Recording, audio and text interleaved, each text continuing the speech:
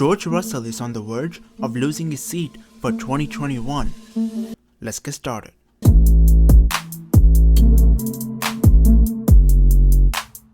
According to a report in Italian media, Russell is in danger of losing his seat to Sergio Perez.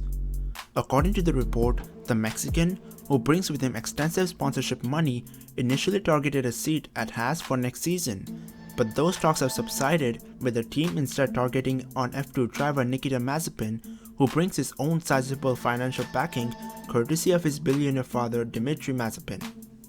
And while it was made clear prior to the team's sale this year to Darlington Capital that Russell had a seat for 2021, the report indicates the new owners do not see themselves beholden to the old owners' promises, leading to a real risk of the 22-year-old being forced out of the team.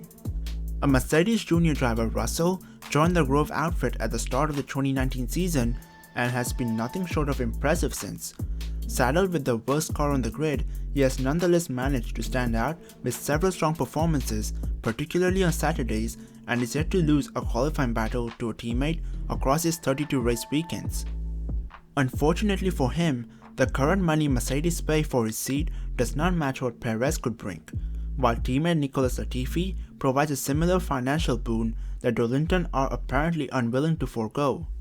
Whether Mercedes would be willing to up its price to keep its heir presumptive to Lewis Hamilton and Valtteri Bottas remains to be seen, but if this report comes to fruition, he could be spending 2021 on the sidelines.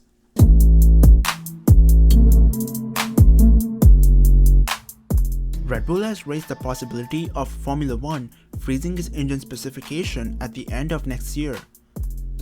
The team and its sister outfit AlphaTauri will be without an engine supply when Honda withdraws at the end of 2021 Formula 1 season. They're exploring the possibility of acquiring Honda's engine and continuing to run them, but want to avoid the high cost of development. A freeze would allow Red Bull to do that and could also save their rivals money, but would it lock others into a disadvantage? So here are the pros and cons for engine freeze. Formula 1 has frozen its engine specification before, notably in the latter years of the V8s when development was restricted.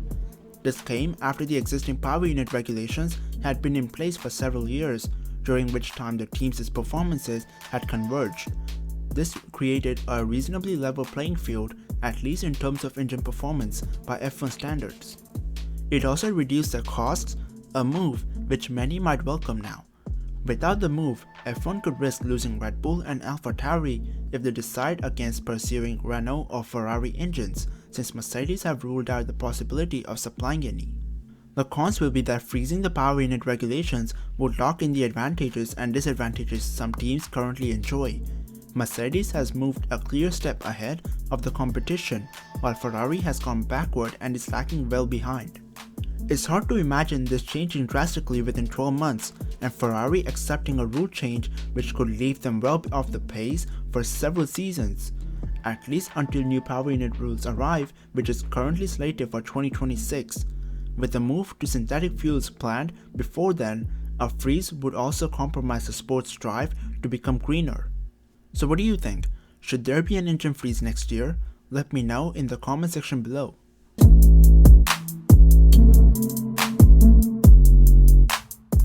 Nico Rosberg has pinpointed where he believes Renault have made the improvement which has established them as F1's current team to beat outside the top two. Renault are the emerging force away from Mercedes and Red Bull, who have dominated the 2020 campaign so far, and they were back on the podium for the first time since 2011 when Daniel Ricciardo finished third in the Eiffel Grand Prix. Now another P3 is in the sights of the famous French manufacturer, namely the position in the Constructors' World Championship, for they have closed the gap to just 6 points behind Racing Point, who currently hold that placing. McLaren are currently sandwiched in between that duo, due ahead of 5th place Renault.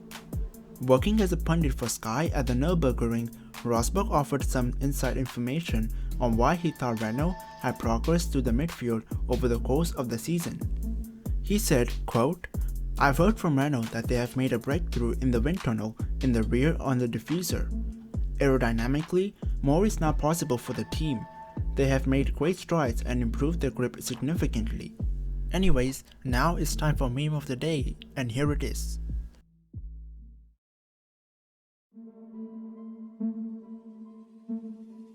And that's been it for this video. If you enjoyed this video, then make sure to leave a like and don't forget to subscribe.